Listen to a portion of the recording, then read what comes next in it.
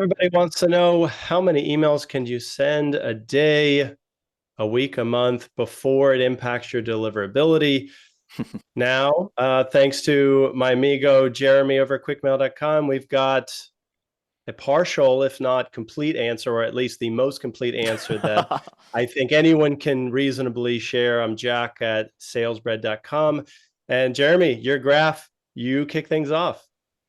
Yeah, so basically this is a calculation of deliverability score based on open rates for all the inboxes, or most of the inboxes actually, of QuickMail, because those who don't send enough emails, we just don't display them at all, or don't have enough, I would say don't have enough Hold opens on. and Wait, send. you're losing me. You're losing me. So basically, you took a look at a lot of senders through QuickMail, and Correct. you were looking at, for those that send a fair amount of emails, right? You ignored the ones that don't send hardly anything, right? Correct. Well, Um, you y- have to send a certain amount within the last 7 days to be right. considered. Okay. Right.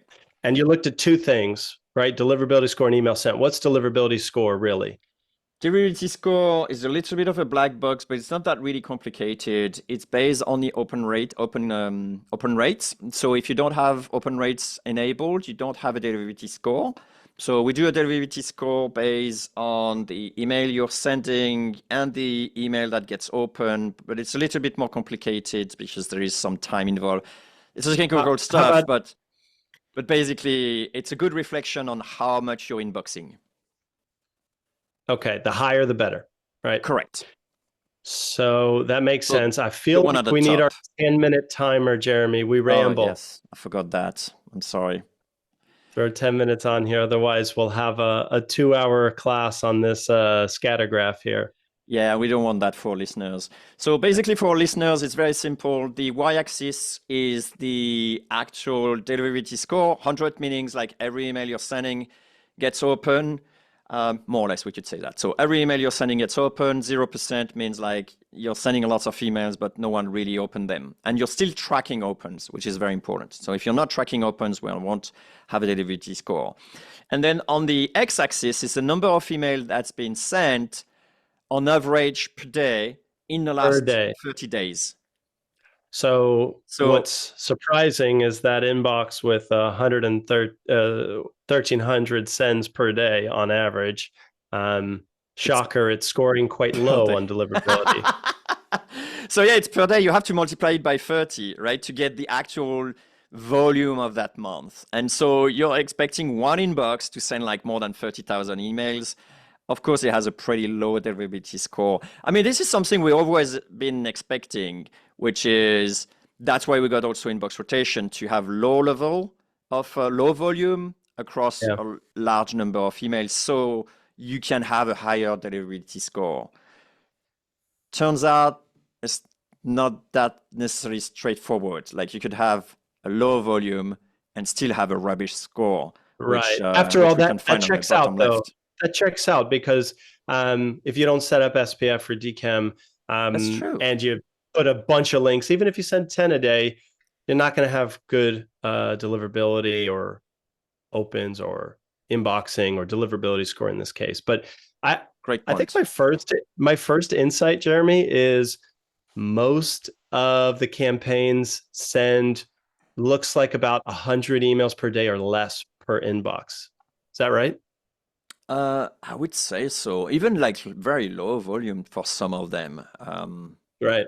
like around like the 50 a day, or like even like I They're I mean, you could even say like if you go 20 to above, 100. 60, whatever, 60% on the deliverability score, you pretty much like going about like the 50 or something like that per day, right? Okay. So I think the first takeaway is do yourself a favor and maybe limit your sends per day per inbox to 50 or less. Yeah.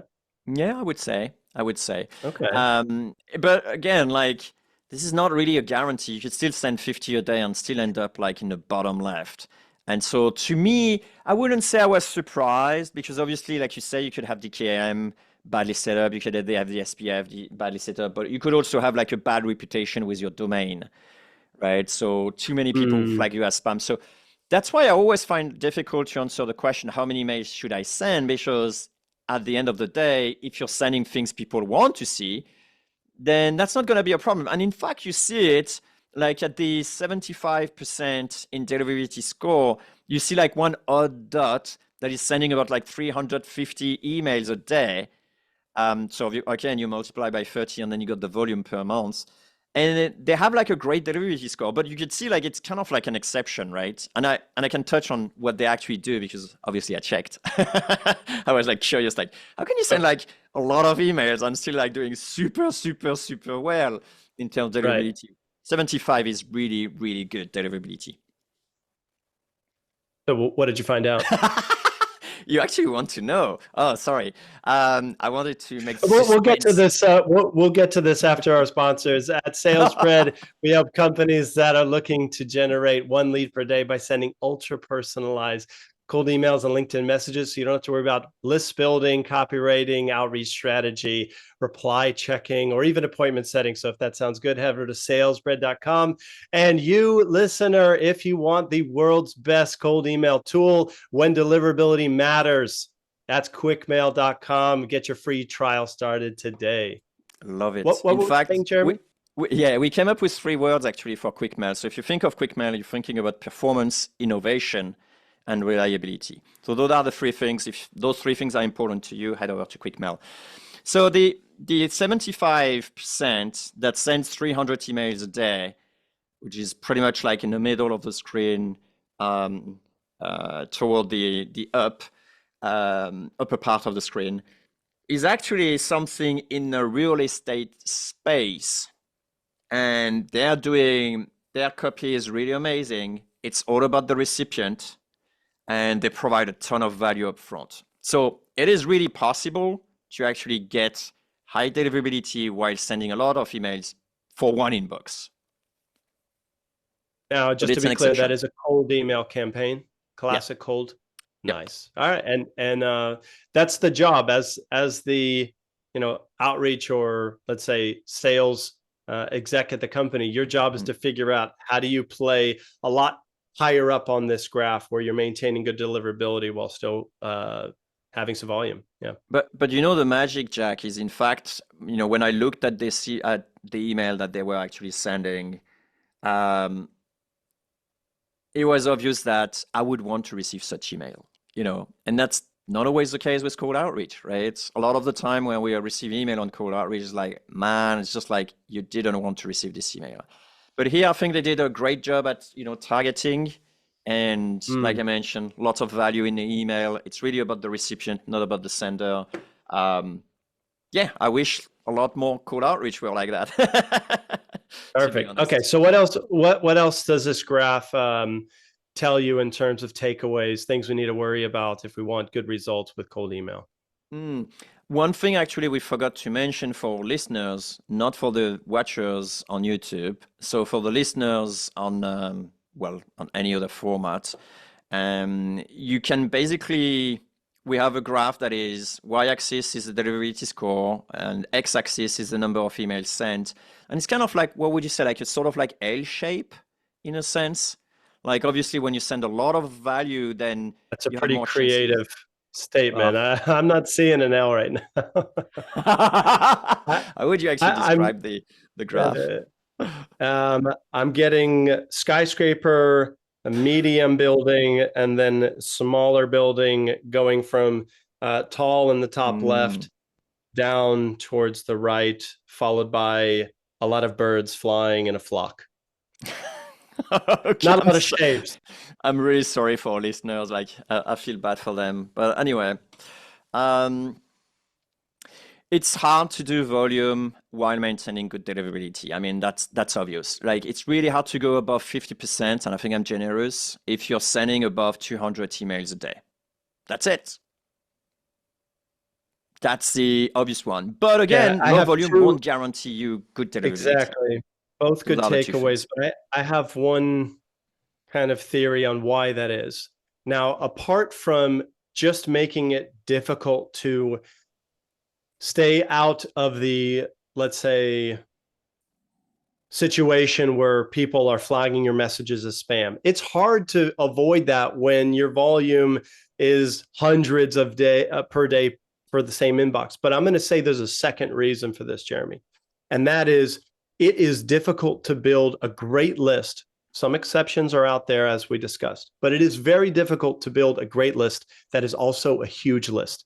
You find Mm. 5,000 perfect let's say prospects, and I would venture to say that some of them may be less qualified than others, and therefore they might be more likely to flag as spam, giving us the situation where the higher the volume, typically after a certain point, the lower deliverability. That's a fantastic comment. I was thinking on the side of, not enough variation, always also the same message, always tend to have what we call campaign fatigue, which basically means you're sending always the same text. And then at some point, spam filters and TensorFlow from Google just realize this is the same email. And Which so they is kind of deprioritize it. silly. Which is kind of silly because you can just change it. At least right now in middle of It works. 24, you can just change up that message using dynamic content, and it Hey doesn't ho, have to it be works. radically different. It just needs to be pretty different, and TensorFlow still gives it more of a approval. I don't know why. I'm sure that'll change. I'm sure that'll change. But in the time being, it's kind of Wild West for dynamic content if you want less campaign fatigue. The funny thing, and maybe that's the time of that's time for another podcast about campaign fatigue. But it sounds to me that if you have a TensorFlow that remove like 99% of people, because basically 99% of high volume don't use spin tags and stuff like that, then why bother? You just get rid of 99% of the spam without having to spend a lot of efforts on trying to figure out I think, the content. yeah, I think absolutely you're right until more of the market catches up with dynamic content. I agree. Then they'll say, we're not removing 99% of spam. We're removing only 50% or whatnot. But for the time being, use it to your advantage. And we're at time. Yeah, good one. Just right on time. Thank you, Jack. How often have we had a 10-minute episode that ends at the buzzer with no additional notes? Okay, so It's a quick first. recap. Keep volume per inbox per day at 50 or less. The other thing is you can still succeed with deliverability and hit high volume if you happen to find yourself with a list that likes your message. Yep, I love that. What I would probably say is only increase the volume once you're sure that you're actually having great deliverability and sticking up. Like you could have your 60 above deliverability is actually pretty good. And so if you maintain that as you grow volume, then you're good. But if you're already at 60, going down with low volume, like don't increase. It's only going to accelerate it. All right. And if you want more, you can head over to course.quickmail.io for the podcast in a course format. Will take you in 8 weeks from cold email rookie to sending like the best agencies out there today. So with that, thanks for sharing the data today, Jeremy. My pleasure. Thanks, Jack, for looking at it with me.